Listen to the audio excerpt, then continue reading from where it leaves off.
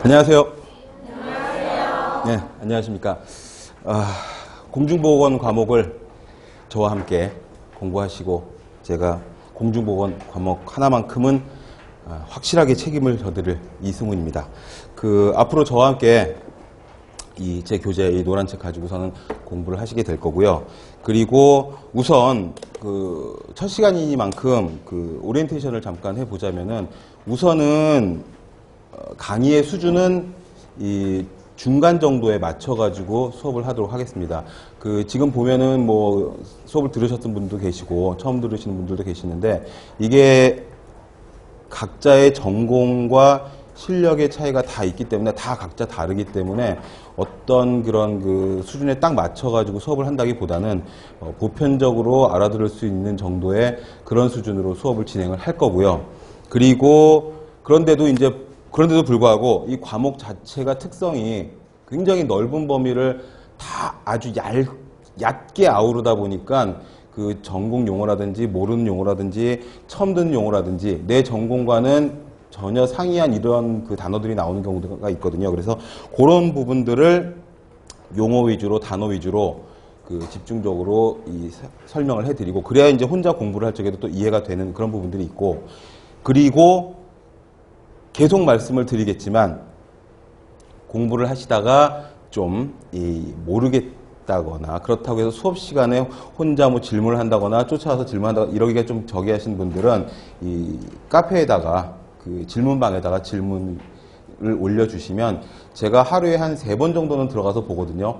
그래서 이 스마트폰으로 한 3번 정도 들어가서 바로 답변을 달 수 있는 것들은 바로바로 댓글을 달아드리고 그렇지 않고 좀 더 심화된 그런 답변이 필요한 것들은 제가 검색을 따로 해서 그 링크까지 갖다 붙여드리고 답변을 상세하게 이게 구두로 하는 그런 저기와 달라서 이 질문방에 올리는 답변들을 또 누구나 다 볼 수 있고 그걸로 또 참고를 할 수가 있고 더더군다나 조금이라도 틀린 답변이 있어서는 안 되기 때문에 제가 또 교재나 아니면 인터넷이나 각종 자료들을 찾아가지고 아주 정답만을 올리려고 노력을 하기 때문에 어떤 것도 상관이 없어요. 뭐 얼굴이 보이지 않으니까. 그리고 실명이 아니고 아이디로 거기 이제 저희가 노출이 되니까 쉬운 거나 어려운 거나 아니면 수업 시간에는 굉장히 쉬운 것처럼 하고 넘어갔는데 나는 절대 모르겠는 것 같은 그런 것들이 있거든요. 그러면 이제 그런 것들이 이제 오프라인에서 물어보기가 쉽지가 않으니까 질문방을 이용을 하시면 절대로 창피하지 않게 민망하지 않게 답변을 달아드리겠습니다. 모르시는 분들 있으실까봐 카페는요 네이버에 있는 카페고요. 한글로 공중보건 스터디 이렇게 치셔서 들어오시면 되고 뭐 가입은 하셔야 되겠죠. 아니면은 그 다음에 영문으로는 어떻게 되죠? 영문은 PH 엑스퍼트 카페 네이버.com 그 다음에 PH 엑스퍼트 이렇게 치시면은 카페에 들어오실 수가 있고 질문방은 제가 계속적으로 정말 하루에 한 서너 번 이상씩 확인을 해서 답변을 달아드리고요. 뭐 이렇게 새로운 질문이 없으면 없구나 이러고 또 놀 때도 있지만 있으면은 바로바로 달아드리려고 노력을 하고요. 그리고 거기 보시면은 여러 가지 시험 정보라든지 모의고사 문제라든지 이런 것들이 계속 업데이트가 되고 그리고 질문이 들어온 거, 수업 시간에 중요하다고 한 거, 그리고 시시각각으로 변하는 시사적인 문제 같은 것들을 최신 정보 게시판에다가 제가 또 계속 업데이트를 합니다. 그걸 보시면은 또 아마 도움이 되실 거고 과목 자체가 아까도 말씀드렸다시피 굉장히 폭넓은 이 챕터를 보시면 아시겠지만 15개 정도 챕터가 되는데 굉장히 많은 여러 종류의 학문이 다 짬뽕으로 섞여 들어 있어요. 그래서 환경도 있고 법규도 있고 행정도 있고 뭐 영양에 뭐 전염병에 통계에 뭐 무지무지하게 많거든요. 근데 아무튼지간에 건강, 보건과 관련된 그런 부분들만 쫙 모아가지고 있기 때문에 여러분들이 정말 뭐 공중보건이나 아니면 생물, 화학 이쪽을 전공하지 않으시면은 생소한 그런 부분들이 있으실 수가 있습니다. 그래서 그 부분에 초점을 맞춰가지고 설명을 드리려고 노력을 할 거고요. 그리고 계속 말씀드리지만 중요한 거는 시사적인 문제들이 출제가 많이 됩니다. 예를 들어서 작년에 조류독감이 AI가 중국에서부터 시작해가지고 동남아로 뭐 이래가지고서는 막 돌았었거든요. 국내에까지 들어왔다 안 들어왔다 들어왔는데 바이러스 타입이 달랐다 이래가지고 막 논란이 많이 되고 그랬었는데 올해 6월 달에 시험에 그 문제가 나왔었어요. 작년에 중국에서 참고를 했던 조류독감은 어떤 유행이냐 뭐 이런 식으로. 물론 쉽게 나왔지만 그걸 간과할 수가 없거든요. 그래서 시사적인 문제들, 그러니까 작년 한 해 동안 2013년에 수업을 하면서 계속 뉴스를 제가, 여러분들은 뉴스를 또 안 보시잖아요. 그쵸? TV를 뭐 안 보기도 하지만 TV를 봐도 뉴스가 잘 안 나오죠. 잡히지도 않고. 그러시죠? 아닌가요? 뭐 근데 뭐 뉴스를 물어보면 다 모르니까. 뉴스는 제가 봅니다. 제가 나이 먹으니까 뉴스를 보게 되더라고요. 뉴스를 제가 보고 이거는 필요한 거다 싶은 거는 수업 시간에 계속 말씀을 드려요.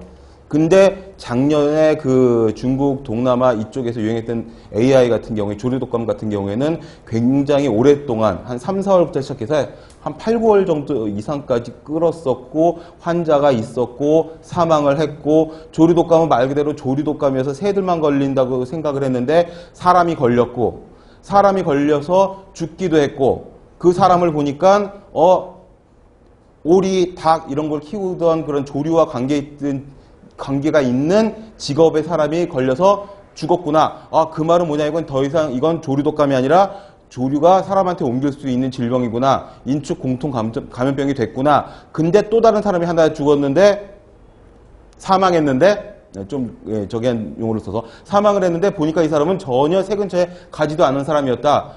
또 뒤집어진 거죠. 사람 대 사람으로까지도 또 전이가 되는구나. 그래서 작년 초에 우리 그 감염병 분류에서 이름이 바뀌었어요. 전염병이라고 안 그러고 감염병이라고 하죠. 감염병, 법정 감염병 분류가 바뀌어가지고 조류독감이라고 안 그러고 어떻게 한다 그랬어요? 동물 인플루엔자 인체 감염증 이렇게 돼버린 거죠. 그러니까 동물 감기가 사람한테 옮기고 사람 대 사람 다 옮길 수 있다라는 그런 이야기가 돼버린 거기 때문에 그런 그 법령이 바뀌는 것들, 법이 바뀌는 거가 굉장히 빈번합니다. 사건 사고가 굉장히 많기 때문에 저번 학기에도 제가 잠깐 말씀드렸지만 세월호 사고 이후에 바로 1, 2주 정도 만에 국가안전처라는 걸 쓱 신설을 해가지고 바로 법제처에 업데이트를 해버렸어요. 이런 것들을 제가 계속 보고선 수업 시간에 말씀을 드리고 그리고 문서화되어 있는 것들은 카페에 그 최신 정보 게시판에다 또 올려놓으니까 그런 것들을 보시면은 뭐 따로 뉴스를 뭐 보지 않으시고 안 나오고 뉴스가 안 잡히고 저희 집엔 와이파이도 없어요. 뭐 상간 벽지도 뭐 이래도 공부하시기에 별로 그렇게 어렵지 않게 따라가실 수가 있을 겁니다. 잠깐 목차를 보시면은요. 뭐 다른 시험에 대한 출제 뭐 경향이라든지 이런 것들은 이제 쭉 수업을 하면서 제가 말씀을 드릴 건데 그 챕터를 보시면 첫 번째 챕터부터 이제 나갈 건데 공중보건 있고 그 다음에 환경위생, 환경보전 있고 식품, 역학, 감염병, 뭐 구충, 구서, 위생, 해충, 소독 이런 것들이 주룩주룩 다 들어가 있습니다. 여기서 문제가 되는 게 뭐냐 하면 아시다시피 국어나 한국사나 윤리나 이런 것들 빼고는 전부 다 외국 학문을 갖다가 일어나 도거나 영어로 되는 걸 번역을 해서 공부를 하는 그런 그 학문들이죠, 전부 다. 여기 있는 것들도 거의 다 그렇습니다. 그렇기 때문에 그 원어, 영문 단어가 중요한 것은 그거를 강조해서 말씀을 드릴 거고 그거는 영문과 한글을 같이 하셔야 돼요. 실제로 시험 문제에도 한글로만 해놓고 조금 좀 뉘앙스가 다른 것들이 있죠. 뉘앙스가 헷갈리는 것들이 있거든요. 작년에 그런 열중증에 대한 문제가 나왔어요. 일사병, 열사병, 무슨 뭐, 요런 쭉 한 4가지 종류가 나왔는데, 일사병, 열사병, 뭐, 열중증 뭐 쭉 나와 있는데, 그것도 어차피 우리말 단어는 아니고 한문 단어긴 하지만, 그 옆에 괄호 치고서 영명들이 다 쓰여져 있었거든요. 그걸 보시고 구분을 하시라는 거죠. 그렇기 때문에 중요한 부분들은 이거는 영어 단어도 같이 알아둬야 된다 하는 거 말씀을 드리고 이거는 한글 단어로만 알아도 되겠다. 뭐 이런 얘기들 말씀을 드릴 겁니다. 용어가 굉장히 중요해서요. 수업 시간에 계속 그런 얘기를 할 거예요. 이제 출제 경향이 어떻게 되고 이런 문제가 몇 년도에 나왔었고 이런 문제가 나왔는데 이런 식으로 작년에 변형됐었고 몇 년 전에 이런 문제가 있었는데 비슷하게 나왔고 이런 얘기를 계속적으로 말씀을 드릴 거기 때문에 뭐가 중요하냐면은 용어를 살짝 바꿔서 나올 수가 있다는 거죠. 그리고 좀 전에도 전염병이라고 더 이상 하지 않고 감염병이라고 한다는 거. 요런 간단하게 바뀐 것들. 식약청이 아니라 식약처로 바뀌었죠, 작년에. 뭐 이런 것들, 그런 것들, 그 다음에 보건복지부 직제가 바뀐 것들, 뭐 여러 가지 계속 업데이트 해야 될 그런 그 내용들이 있습니다. 그런 부분들이 가장 많이 업데이트 되어 있는 교재고, 그리고 이 교재를 만든 다음에도 계속적으로 다달이 막 법령도 바뀌고, 시행령도 바뀌고, 새롭게 개정되고, 이런 것들이 있어가지고, 그런 것들은 계속 그 챕터를 지나갈 때 제가 찝어서 말씀을 드리려고 합니다. 그리고 꼭 외워야 할 그런 어떤 특정 숫자나 이런 것들. 숫자가 굉장히 많이 나오는데 저는 개인적으로 숫자에 좀 장애가 있어서 잘 외우지를 못해요. 외우긴 뭐 계산을 못해요. 계산을 잘 못해가지고 숫자를 굉장히 싫어하는데 밥값 계산도 뭐 이렇게 계산기로 하고 막 이러는데 꼭 외워줘야 할 그런 그 특정 숫자들이 있거든요. 그런 것들은 몇 개 안 돼요. 이 책을 과목 전체를 통틀어서 아마 10개, 20개도 되지가 않습니다. 그러니까 그런 것들을 말씀을 드리고 외워야 할 보건 지표들 그런 것들도 따로 묶어가지고 종강하는 날 또 나눠드리고 또 설명하고 그리고 여기 보시면은 범위는 굉장히 넓은 데다가 문제는 꼴랑 20문제밖에 안 나온다라는 거죠. 그 20문제를 다 맞춰줘야 뭐 또 어렵거나 저기한 과목에서 우리가 또 저기 할 수가 있으니까 공중보건학만큼은 다 맞으실 수 있도록 사실 제가 계속 기출문제들을 복원하고 100% 작년부터는 100% 제가 복원을 하고 있는데 완전 확실하게 복원을 하고 풀어드리고 있는데 보면은 문제들이 20문제 중에서 한 15, 16문제 정도는 굉장히 아주 평이하고 쉽고 늘 나왔던 것 같은 그런 문제들이 나오고 한 서너 문제, 4, 5문제 정도가 아리까리하거나 아니면 쓸데없이 과하게 디테일하게 들어가 있는 그런 문제들이 있거든요. 그러니까 근데 그런 것들도 좀 추세가 있어서 반복되고 있어요. 그러니까 무슨 말을 하려고 하는 거냐 하면 조금 영악하게 과목을 대하자는 거죠. 기출문제를 벗어날 수가 없으니까. 무슨 소리냐 하면 기출문제를 공개하지 않는 시험이 거의 대부분이잖아요. 이 공중보거나 이 과목이. 그렇기 때문에 수험생 입장에서는 더 편하게 기출문제가 제대로 복원된 게 있다면 그것들을 위주로 공부를 하면 어떤 추세라든지 방향 같은 걸 잡을 수가 있다는 거죠. 얼추당통하게 완전 생판 이상한 데서 나올 수도 있지만 그건 20문제 중에 한 문제가 있거나 없거나 할 경우고 보통 그런 사이클들이 있어가지고 몇 년에 한 번 정도씩 내지는 이쪽에서 많이 나온다든지 아니면은 환경 문제가 크게 대두되는 그런 어떤 이슈가 있으면 그쪽이 많이 나온다든지 아니면은 여러분들이 가서 볼 시험 장소 그쪽 행정구역에 국한된 어떤 특정 문제가 나온다든지 예를 들어서 몇 년 전에 한 4, 5년 전에 제주도에서는 환경 호르몬 문제가 계속 나왔었어요. 뭐 제주도는 환경이 굉장히 뭐 이렇게 좋고 또 중요시해야 되고 그렇기 때문에 그런다고 생각할 수 있지만 그래도 과하게 한 서너 문제가 출제가 된 적이 있었군요.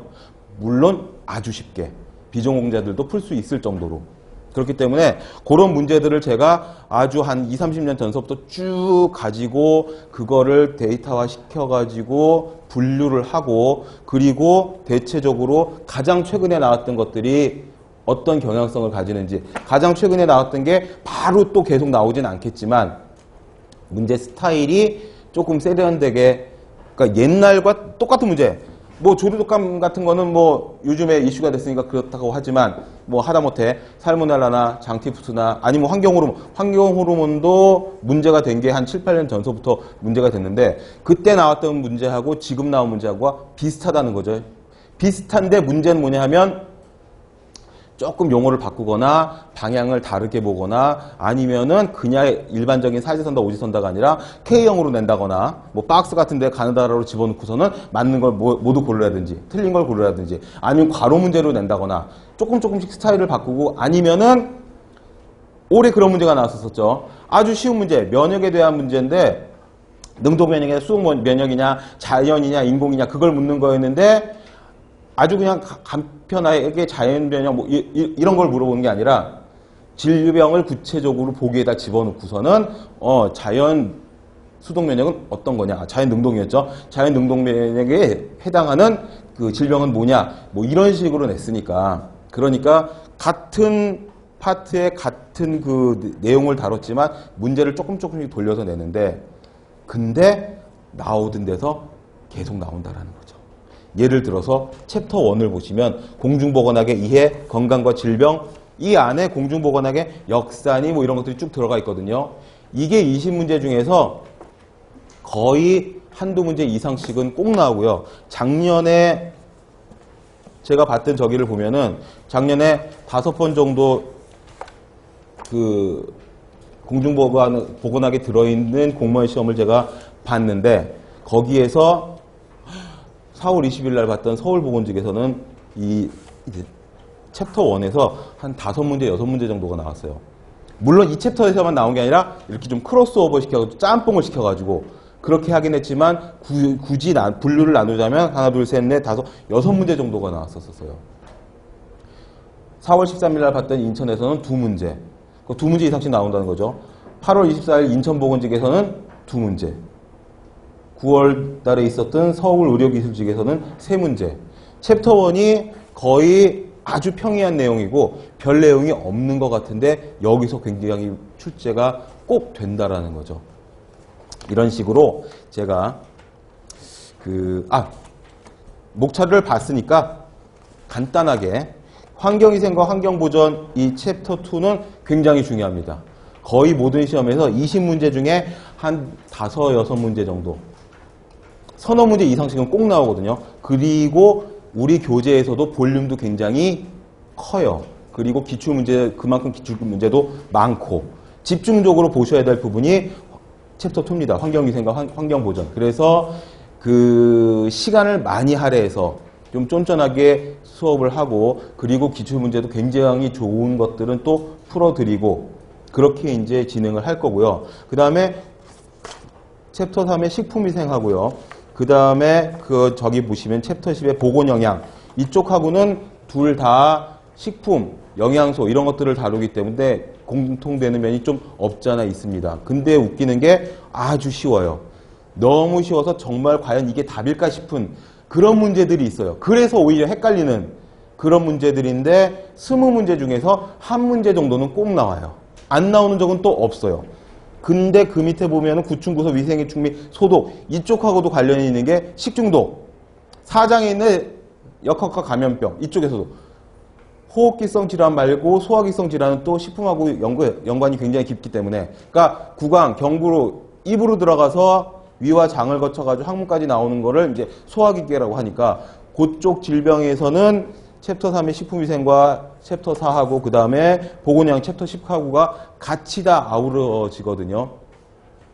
뭐 너무너무 쉬워요. 근데 정말 재밌는 게 뭐냐면 오늘 첫 시간이니까 요거를 딱 말씀을 드리고 뭐 이제 수미상관법 비슷하게 끝에 가서 한번 또 말씀을 드릴 건데, 답을 고르실 적에 객관식이니까 답이 그 안에 있잖아요. 마음을 활짝 열고 열린 마음으로 보기를 보고 그 중에서 하나하나씩 소거시켜가지고 답을 고르셔야 된다는 겁니다.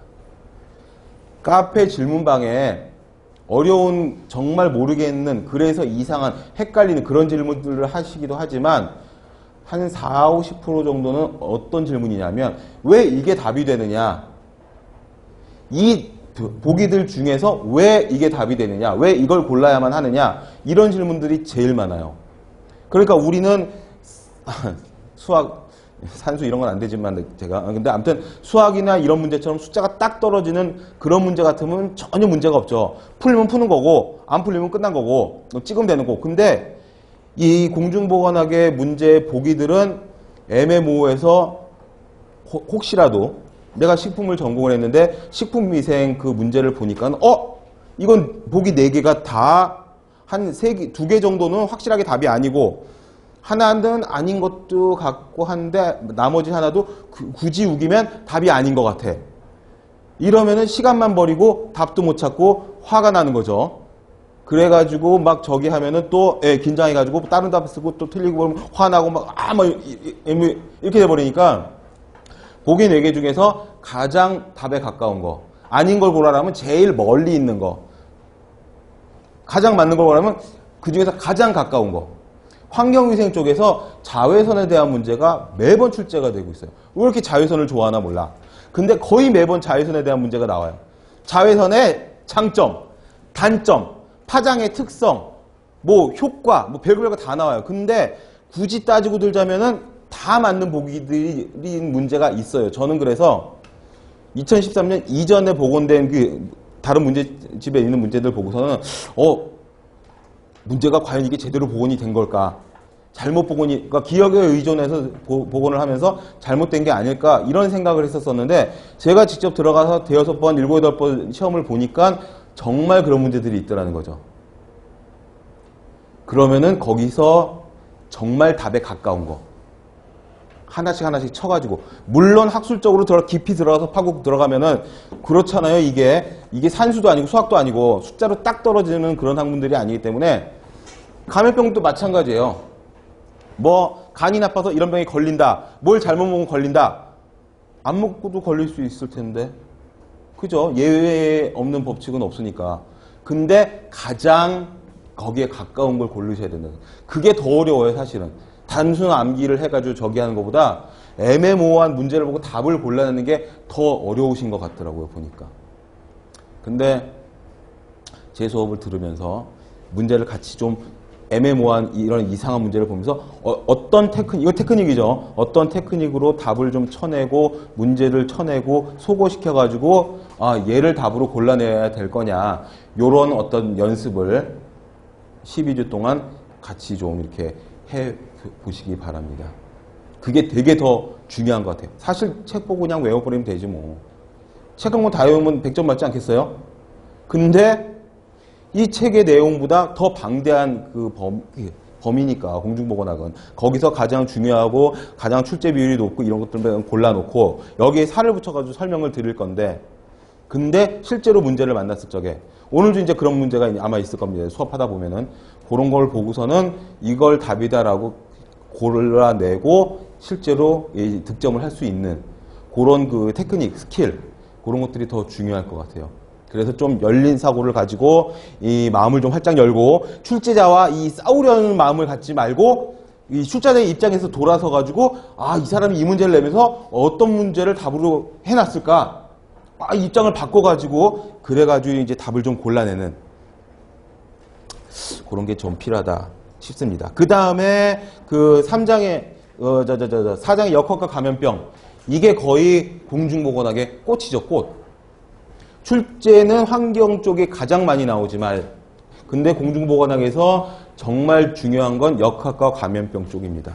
왜? 공중보건은 대다수가, 커뮤니티가 다 건강하지 않은 그런 쪽이기 때문에, 역병이라고 그랬죠, 옛날에. 감염병하고 그걸 조사하는 역학, 이쪽 부분들이 수준이 조금 높고, 문제의 수준이 높고, 그리고 꼭 나오고, 작년 한 해를 봐도 어딨어? 회마다 두세 문제 이상씩 나왔었어요. 그 다음에 구충구소 위생해충 소독도 꼭 한 문제 이상씩은 나옵니다. 구충이 회충, 그러니까 기생충 쪽이죠. 기생충 문제도 심심치 않게 나온다는 거. 기생충 감염률이 전 국민이 2.6%밖에 안 되는데, 그래도 기생충 문제가 꼭 나온다는 거. 위생해충 부분 안 나올 것 같지만 나온다는 거. 말라리아 걸려서 죽는 사람이 있나요? 근데 말라리아 문제가 올해 또 출제가 됐었었죠. 보신 분들 있으시죠, 아마. 그리고 제가 저번 학기에 기출문제 풀어드리기도 했고, 그리고 문제 공개한 그런 시험도 있었잖아요, 6월 달에. 뭐 다 생소하신 거죠? 그런 게 있었나 싶은 거죠, 이제. 그런 걸 다 자료실에 올려놓던가 아니면 수업 시간에 또 다시 언급을 해드릴 건데, 말라리아로 죽는 사람이 있어요? 근데 나와요, 계속. 살모넬라 식중독 안 나올 것 같지만, 그 살모넬라 식중독이 한 10여 년 전쯤에 한번 크게 창궐을 해가지고 난리가 났었어요. 그래서 그 이후로 살모넬라 때문에 닭고기, 달걀 내지는 뭐 이런 거에 대한 위생을 굉장히 강화하고 있는데, 그리고 나서 식중독 건수는 굉장히 많이 줄었거든요. 근데도 시험이 또 잘 나온다는 거. 그러니까 이런 것들이 있어서 사건, 사고, 그다음에 시사적인 거, 세계적인 추세 이런 것들 다 짬뽕을 해가지고 공부를 하면은 시험지를 딱 받아본 순간 답은 모르겠지만 역시 나왔군 뭐 이렇게 되는 거죠. 일단 반갑잖아요. 이게 뭐 중요하다고 강조를 했는데 답은 모르겠어. 근데 익숙한 거죠. 그리고 모자보건에서도 한 문제 정도씩 꼭 나오고 있습니다. 인구와 가족계획도 안 나올 것 같지만 올해도 한 문제 있었었고요. 사회보장 보건행정 파트에서는 실제로 공중보건, 보건행정 과목이 따로 있지만 제가 두 과목 다 같이 보면은 어느 과목이 어느 과목인지 헷갈릴 정도로 문제가 굉장히 비슷하죠. 그러면서 서로 이렇게 막 크로스오버 돼가지고 섞여서 나오는 문제들이 있는데 아무튼 이 사회보장 보건행정 쪽은 법입니다. 법이 되게 많이 나오고 법이 자꾸 바뀌고 마치 살아있는 뭐 유기체처럼 자꾸 바뀌어요. 법제처 홈페이지를 제가 아예 랩탑이나 핸드폰에다가 즐겨찾기를 항상 띄워놓고서는 계속 검색을 하고 있어요. 여러분들도 검색을 해보시면 굉장히 도움이 되겠지만 처음에 들어가서 근데 IT 강국이라 법제처 홈페이지 들어가 보셨어요? 그런 데가 있거든요. 법제처로 치면 들어가는데 키워드만 치면 거기에 관련 법들이 쫙 나와요.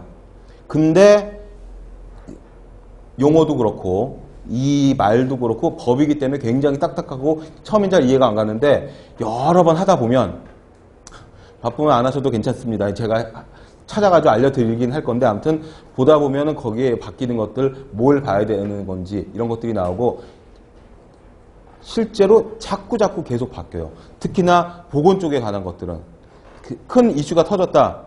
예전에 그런 적이 있었어요. 유전자 조작, 유전자 조작이라고 안 그러죠. 요즘에는 뭐라고 바뀌었죠? 유전자 재조합. 방부제 이런 말 안 쓰죠. 방부제 그럼 무슨 약 같잖아. 보존료. 보존료 이러면 뭔가 뭐 성의도 있어 보이고 살짝 조미료 같기도 하고 유전자 조작식품 이러면은 뭔가 조작한 것 같고 사기 같고 막 이런데 유전자 재조합식품 그러면 살짝 성의가 보이기도 하고 말을 바꿨죠.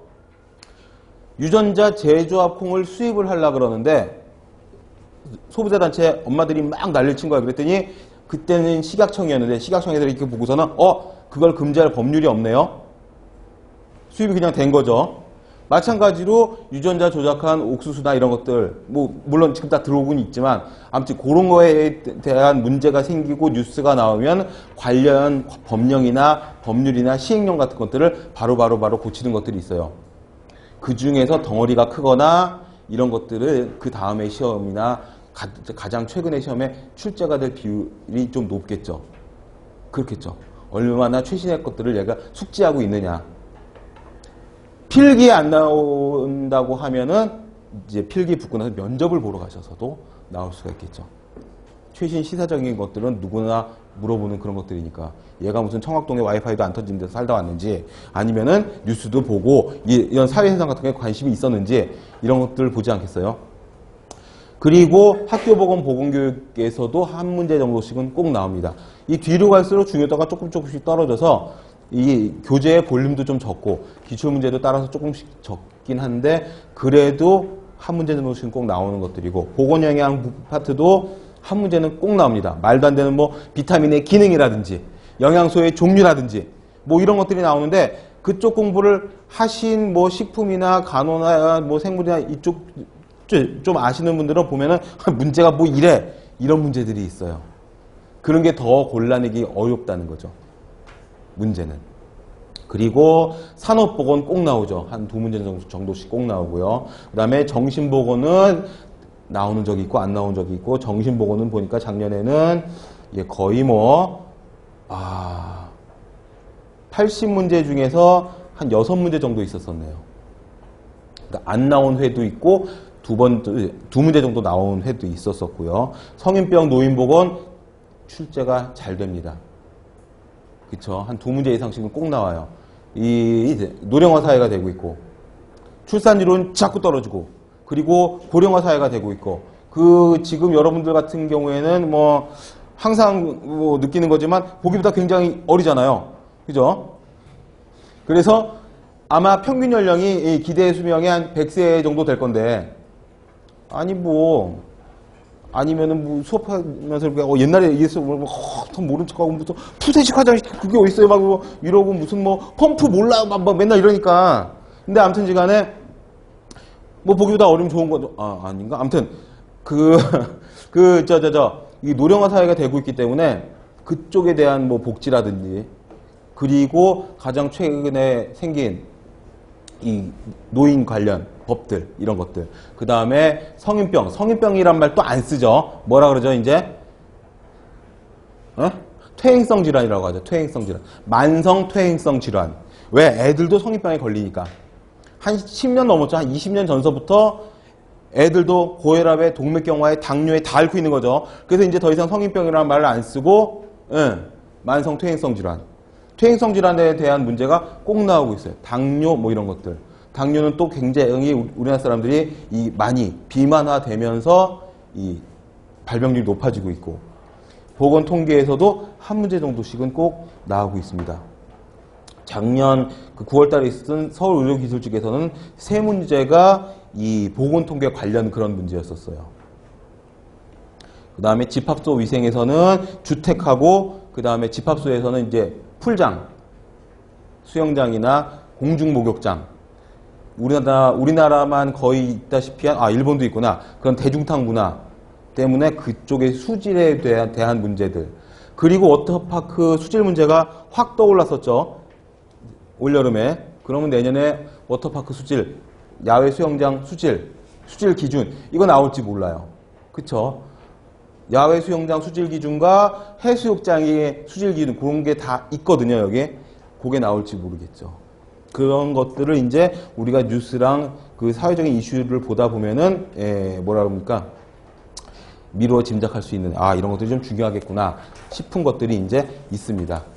그런 것들을 또 제가 또 수업 중에 계속 말씀을 드리고 카페에 업데이트하고 할 테니까 그 수험생 여러분들이 지금 다 어떤 다 상황도 다르고 이 전공도 다 다를 거고 아마 나이도 다 좀 차이가 있을 거 다 다르기 때문에 아까 말씀드린 것처럼 중간 정도에 맞춰 가지고 제가 수업을 할 거고 그리고 용어 설명 같은 거 할 거고 아는 사람들은 나 이쪽으로 공부도 많이 했고 두 번째 듣고 뭐 내지는 이쪽 전공을 했고 그래가지고 뭐 이 쉬운 챕터들이 나오거든요. 나오면 그래도 계속 들으셔야죠. 배웠던 거, 전공했던 거 하고 내가 알고 있는 거하고 다르기 때문에 그래서 항상 이 아는 건 아는 대로 철저히 또 들어야 되고 모르는 건 모르는 대로 꼼꼼히 들어야 되고 뭐 그렇습니다. 자, 본론으로 들어가서 이제 공중보건학 2회부터 보시겠습니다. 제일 처음에 나오는 게 공중보건학의 개념의 정의죠, 정의. 이거는 그 공중보건학을 대학 때 만약에 배웠던 사람이라면 아마 중간고사 그 첫 문제로 이런 문제가 항상 나오죠. WHO의 세계보건기구의 건강의 정의. 저도 1학년 1학기 때 첫 학기 때 이걸 배웠는데 영문으로 외우라고 교수님이 그러셔가지고 영문으로 외워가지고 막 쓰고 그랬었는데 이 세계보건기구 1948년 연도도 중요하고요. 이 건강의 정의가 잘 나옵니다. 거기에 보시면 안녕한 완전한 상태이다 해놓고 거기에 뭐가 하나 더 붙였죠? 스피리추얼 플러스 영적 건강까지.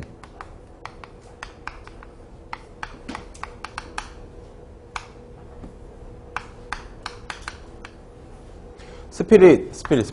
이거 스피릿을 굳이 번역을 하니까 영적 건강 이래가지고서는 얼핏 잘못 들으면 종교적인 색채가 있는 것처럼 느껴지기도 하는데 아무튼 이 스피릿, 영혼까지도 건강해야 정신, 영혼, 육체 무슨 뭐 전부 사회적인 이런 건강이 다 있어야 건강하다는 걸로 살짝 바뀌어서 이 개념이 추가가 돼가지고 이게 또 출제가 몇 번 됐었었는데 요건 좀 올드한 그런 개념이 돼버려가지고 요즘은 좀 안 나오지만 말씀드렸다시피 이 챕터 저 챕터 섞어가지고 크로스오버 시키는 그런 그 문제를 출제할 적에 쓱 낼 수가 있다라는 거죠. 보기가 긴 문제들 있잖아요. 1번 보기가 막 2줄 내고 막 2번도 2줄 내고 막 쭉 있다가 말을 살짝 바꿔가지고 거기다 틀린 답 집어넣는 것들. 그런 문제를 푸실 적에 이 48년이라는 연도하고요. 이 영적 건강의 개념도 추가됐다라는 거, 그런 것들을 집어넣을 수가 있겠죠. 그리고 1번에 공중보건학의 정의를 빼먹었는데 위로 올라가서 보시면은 윈슬로우 교수의, 옛날 예일대 교수님이셨다고 하는데 윈슬로우 교수의 공중보건학의 정의도 또 시험에 잘 나옵니다. WHO의 건강의 정의보다 요즘에는 더 많이 나오고 있어서 키워드가 딱 그겁니다. 질병 예방과 생명 연장, 신체 정신적 효율 증진. 보기를 길게도 빼기도 하지만 짧게 단어로 해가지고 윈슬로우 교수의 공중보건학의 정의와 관련이 적은 걸 고르시오. 해놓고서 박스 안에다가 무슨 뭐 생명연장, 지역사회 공동요령 다 뭐 신체적 정신적 효율 뭐 쭉 해놓고서는 아주 비슷한 거 집어넣고선 틀린 걸 고르시오. 뭐 이렇게 낼 수도 있으니까 그런 문제가 실제로 있었었고요. 그런 식으로 보시면 되겠고, 그리고 용어 해설의 사회적인 안녕, 소셜 웰빙은 뭐냐? 이것도 이 박스 안에 들어가 있는 것들이 다 뭐냐면 예전에 기출문제가 있었었기 때문에 집어넣은 거니까 박스 안에 있는 것들은 다 중요하다고 생각을 하시고 보시면 됩니다. 특별히 제가 이 중요 표시를 하라고 이야기를 하지 않더라도 박스 안에 들어있는 것들은 예전에 기출문제가 있었었구나 이렇게 생각을 하시면 됩니다. 그리고 그 박스 밑에 보시면은요. 아무튼 이 소셜 웰빙이라고 하는 거는 뭐냐 하면은 사회적으로 기능을 충실히 다 할 수 있는 그런 만족스러운 상태. 그 밑에 보시면 클로드 버나드의 정의가 있습니다. 이건 뭐냐 하면은 항상성. 호메오스테이시스라고 하죠. 항상성이 유지된 상태. 이거를 건강의 정의로 본 거죠. 항상성에 대해서는 우리가 뭐 체온 조절, 심장 박동, 뭐 눈 깜빡거리는 거, 뭐 이 심장 박동 전부 다죠. 이런 것처럼 건강의 정의를 항상성으로 본 거죠. 항상 우리가 질병에 걸리지 않도록, 그리고 이 건강한 생활을 할 수 있도록, 사회적인 기능을 다 할 수 있도록 조절이 되는 상태다. 이거는 클로드 버나드의 정의. 그리고 넘어가서 WHO의 헌장이 더 알아보이게 들어 있습니다. 영문 그 정의가 나와 있으니까 같이 보시고요. 이 1번에 있는 정의가 48년도의 그 정의고요. 그 밑에 보시면은 98년에 현대적 정의 해가지고 4번에 영적 복지까지 나와 있죠. 영적 건강, 영적 복지, 스피리추얼 웰비잉까지 나와 있습니다. 영혼의 건강까지 다 포함해서 건강의 정의를 보자라는 거죠. 이게 아무것도 아닌 것 같은데 늘 보던 거고, 뭐 수학책 같으면은 집합이잖아요. 집합 1장이니까 그냥 넘어갈 수 있을 것 같은데 꽤 많이 문제가 출제가 되고요. 그리고 항상 그 객관식 보기 그 긴 걸로다가 집어넣어 가지고서는 아주 쉬워가지고 얼른 챙길 수 있는 그런 문제인데 보다 보면은 헷갈려 가지고선 또 저기 할 수 있는 그런 부분들이 있으니까 첫 장서부터 꼼꼼히 보시는 그런 그 성의가 좀 중요하겠다 이렇게 봅니다. 그 밑에 보시면 건강의 주요 결정 요인, 이것도 제가 만드는 도표가 아니라 기출문제가 이런 것들이 있어가지고 그걸로 이 표를 만들어 놓은 겁니다. 건강의 결정 요인은 한가운데 연령성, 제도적인 요인들, 이 연령성에는 뭐 유전적인 소인도 있고요. 연령이 굉장히 큰 저기를 차지를 하겠죠. 그 다음에 그 바깥쪽 원에 개인의 라이프 스타일도, 이것도 차이가 있을 수가 있겠다. 사는 방식에 따라서, 사는 라이프 스타일에 따라서 어떤 질병이 오기도, 이건 뭐 직업병과도 관련이 있고, 아니면은 기후라든지 이런 것들하고도 관련이 있고요. 그 다음에 그 다음 칸을 보시면은 사회나 지역의 네트워크, 그 다음에 교육, 노동환경, 생활 및 노동환경, 실업, 물, 위생, 보건의료 서비스, 주거, 이런 것들이 다 건강의 결정 요인이 된다라는 거죠. 이거를 다 박스에다 집어넣어 놓고 비스무리한 거, 애매한 거 하나 집어넣어 놓고 건강의 결정 요인이 아닌 걸로 짝지어진 것을 고르시오. 뭐 이런 식으로 낼 수도 있다라는 거죠. 그래서 같이 보시면 되겠습니다. 이런 것들이 아무것도 아닌 것 같은데 실제로 외워가지고 딱딱 떨어지는 문제가 아니라 말로 길게 써져 있는 그런 문제에서는 헷갈릴 수가 있어서 저 같은 경우에는 그런 것들을 좀 어렵게 생각을 하기 때문에 그런 부분들을 좀 강조하고 넘어가고요. 공중보건의 목적, 이것도 몇 년 전에 나왔었죠. 질병 예방, 수명 연장, 수명이나 생명이나, 궁뎅이나 방댕이나 그놈이니까 수명이나 생명이나 연장, 신체적 정신적 건강과 효율을 증진. 윈슬로우 교수의 저기하고 아주 비슷하죠. 그 다음에 공중보건의 실행 방법은 이거는 지역사회, 커뮤니티, 항상 단체죠, 단체. 공중보건은 개인이 아닌 단체입니다, 단체. 항상 어떤 행정 단위가 있고, 나라, 국가라든지, 뭐 군, 구, 시, 도, 뭐 동네, 뭐 아파트 단지, 학교, 뭐 이런 식으로 항상 그 단위가 있습니다. 그래서 그 커뮤니티, 그 대다수를 보는 그런 개념이기 때문에 최소 단위가 지역사회라는 거, 커뮤니티라는 거, 이거를 꼭 기억을 해 주시고요. 다음 페이지에도 대상 해놓고서는 지역사회의 전체 주민, 전 국민, 뭐 이런 식으로 나와 있죠. 그리고 6번에 있는 앤더슨이 출제가 됐었습니다. 이거 아마 엊그제 시험에서도 나왔었던 것 같아요. 근데 엊그제 시험은 제가 못 봐가지고 그 기출문제를 제대로 못 봤는데 앤더슨에 대해서 문제가 나왔다고 카페에 누가 이렇게 올리셨더라고요. 앤더슨의 공중보건 행정수단 해가지고 보건행정, 보건교육, 보건관계법규. 무슨 소리냐면 공중보건의 수단, 그 중에서도 그 행정수단에서 보건행정, 보건교육, 보건관계법규 이 세 가지가 필수 요소다. 이렇게 되는 겁니다. 여기다가 비슷한 거, 애매한 거 하나 집어넣고서는 골라라 하기 쉽겠죠. 그리고 보건교육이 그 중에서 그 파급 효과가 가장 크다라는 거죠. 그리고 7번에 있는 애시턴하고 세이모어의 공중보건 4단계도 이거는 한 7, 8년 전에 기출문제로 나왔었던 부분입니다. 그래서 그 문제를 풀어가지고 집어넣어 놓은 겁니다. 애시턴 세이모어의 공중보건 4단계. 첫 번째는 산업보건, 그다음 개인위생, 치료의학, 신공중보건. 이거 순서대로 화살표 문제로 나온 적이 있었었고요. 그리고 치료의학 시기는 어떤 시기냐, 개인위생은 어떤 시기냐, 신공중보건 시기는 어떤 시기냐, 지금은 어떤 시기냐, 뭐 이런 식으로 해가지고 문제가 날 수도 있고. 물론 쉬운 문제지만 그냥 간과하고 넘어갔다가 용어 같은 게 낯설어가지고 그래가지고 또 당황할 수가 있기 때문에 산업, 개인, 치료의학, 신공중보건 시기. 이걸 살짝 변형시켜가지고 이 치료의학 시기를 이 생물의학적, 생의학적 시기 이런 식으로 봐가지고 지금은 포괄적인, 전체적인, 그러니까 정신, 영혼, 사회적인 이런 건강을 다 보는 시기인데 이 치료의학 시기는 뭡니까? 인간을 생명체를 딱 생물로 보고서 병균과 질병과의 관계 그런 것만 보는 거죠. 근데 정신건강, 사회적인 기능 수행, 영적 건강 이런 거 다 하면은 신공중보건 시기 이렇게 되는 거죠.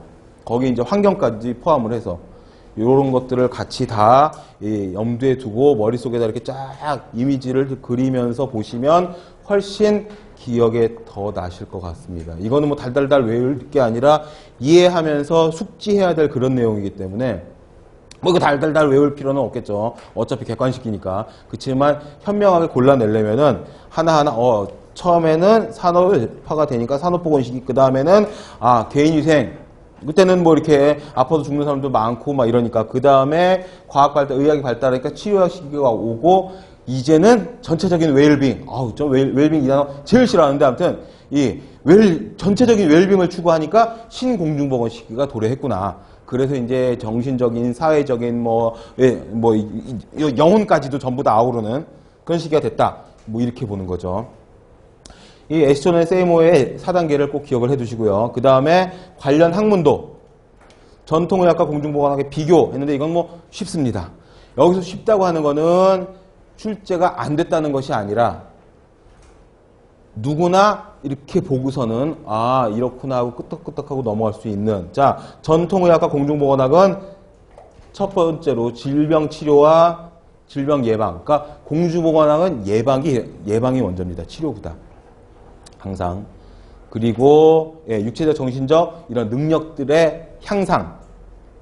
질병에 걸리지 않게 하는 게 우선이고요. 전통의학은 질병 치료가 목적이고 그게 좀 다르고요. 책임 소재도 개인과 지역사회로 다르고요. 연구 대상도 마찬가지입니다. 내용은 치료, 공중보건학은 예방, 교육 뭐 이렇게 됩니다. 그래서 항상 이 잘 모르겠으면 치료 이런 말이 들어가면은 공중보건학과 조금 거리가 있구나. 물론 집단 건강, 집단 치료 이런 것들이 있지만 그래도 근본적인 거는 예방입니다. 예방. 예방을 위해서 홍보하고 교육하고 이런 것들이 들어간다고 하면 그게 맞는 거가 됩니다. 그렇기 때문에 그 밑에 바로 나와 있죠. 예방의학과 공중보건학 굉장히 밀접한 관계가 있어서 프리벤티브 메디슨하고 퍼블릭 헬스하고는 굉장히 비슷한 약간의 차이라고 한다면 예방의학이 학문이면 공중보건학은 실천 쪽이라는 거. 실무라는 거. 그래서 실제로 방역 작업을 한다던가 보건 교육을 한다던가 아니면 지역사회에 있는 보건소에서 홍보나 교육이나 아니면 전체적인 치료를 위해서 집단 검진을 무료로 해준다든가 이런 것들이 들어가면은 공중보건학이다. 이렇게 보시면 됩니다. 이게 이제 다음 페이지에 있는 예방의학과 공중보건학의 차이로 볼 수가 있겠는데요. 다시 전통의학과 공중보건학의 차이.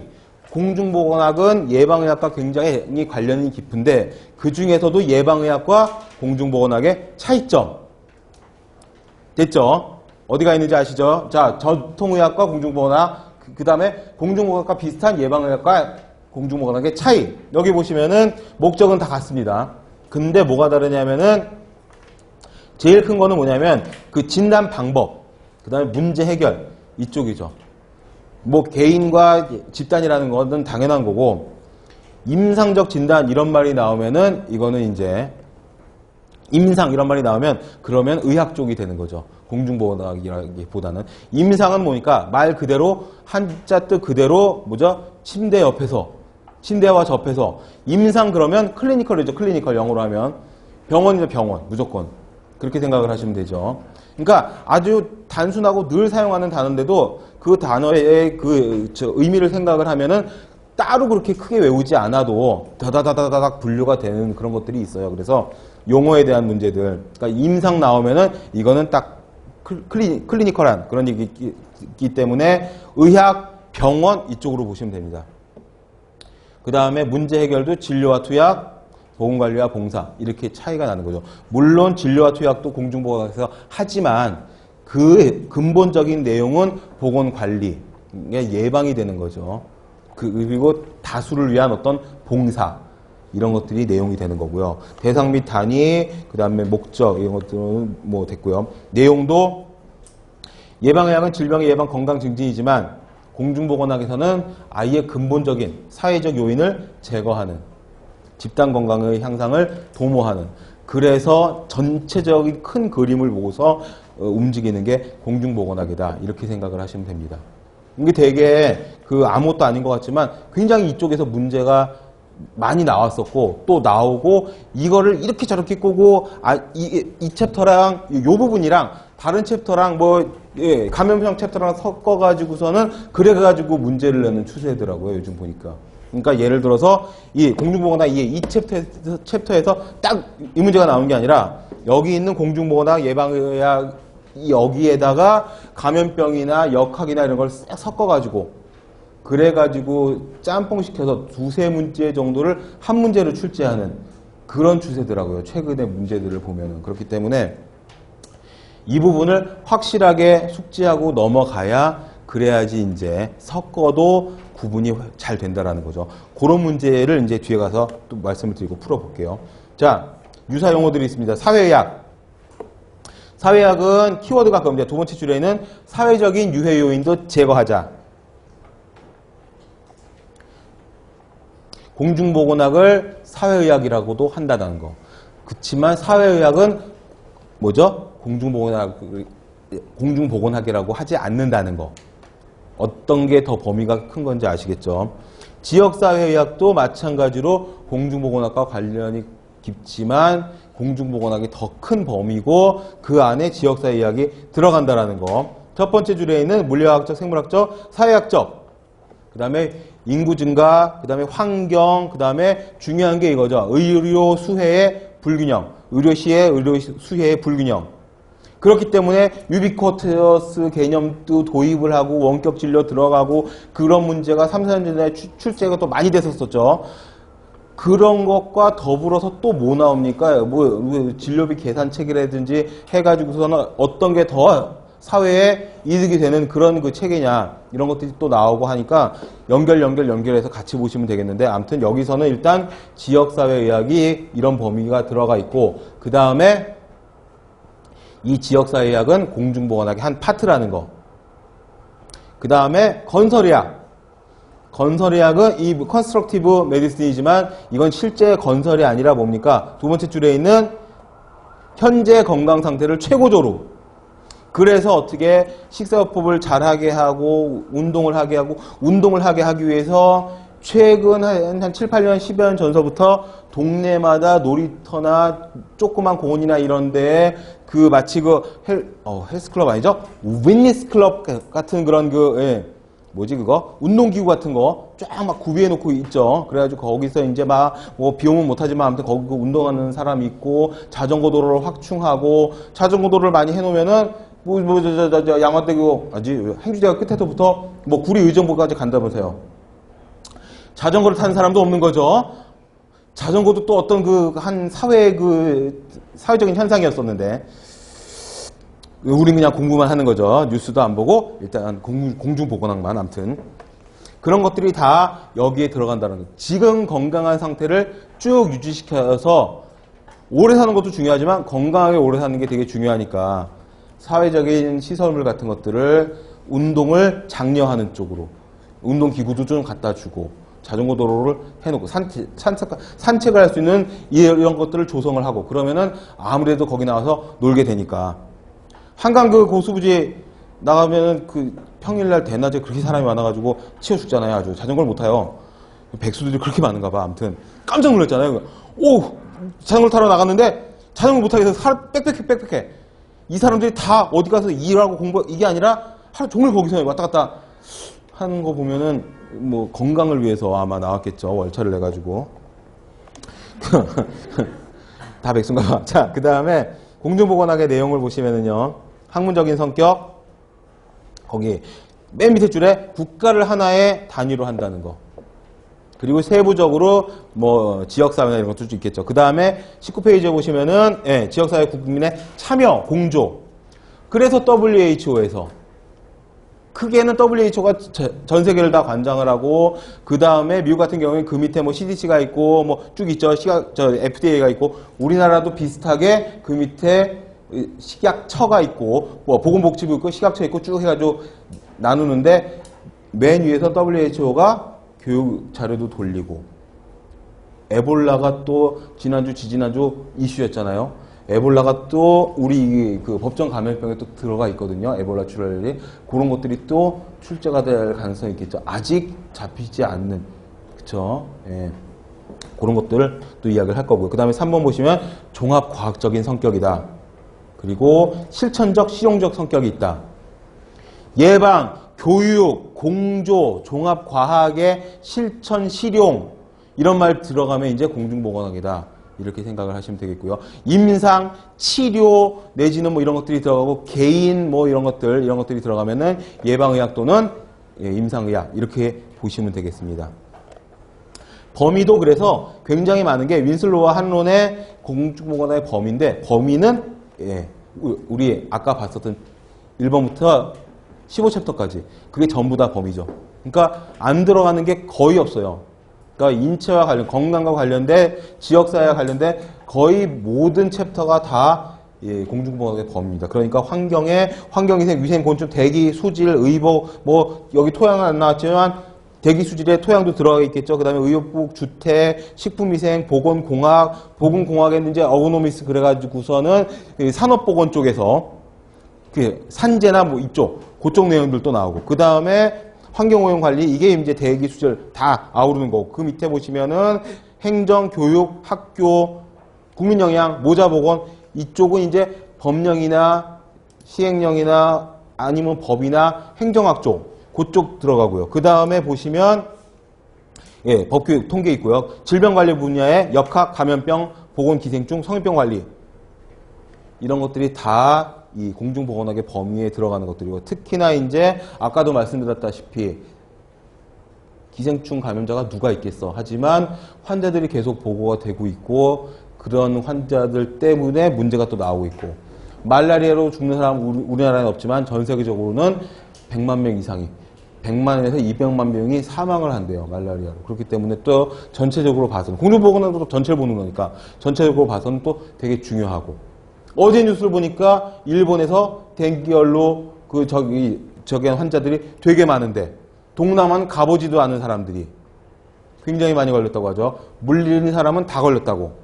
일본의 그 댕기열 바이러스 갖고 있는 모기가 있으면 우리나라에도 있겠죠. 하루에도 몇 번씩 왔다 갔다 하고 있는데 그러면은 묻어서 왔을 거고 아마 대다수가 보고가 안 됐지만 걸려있는 사람도 아마 있을 거고 표면으로 들었으면은 또 법이 바뀌거나 출제가 되거나 이럴 수가 있다라는 거죠. 그러니까 그런 것들을 잘 보셔야 된다라는 겁니다. 자, 3번의 포괄 보건의료서부터는 잠시 쉬었다가 들어와서 이어서 하겠습니다.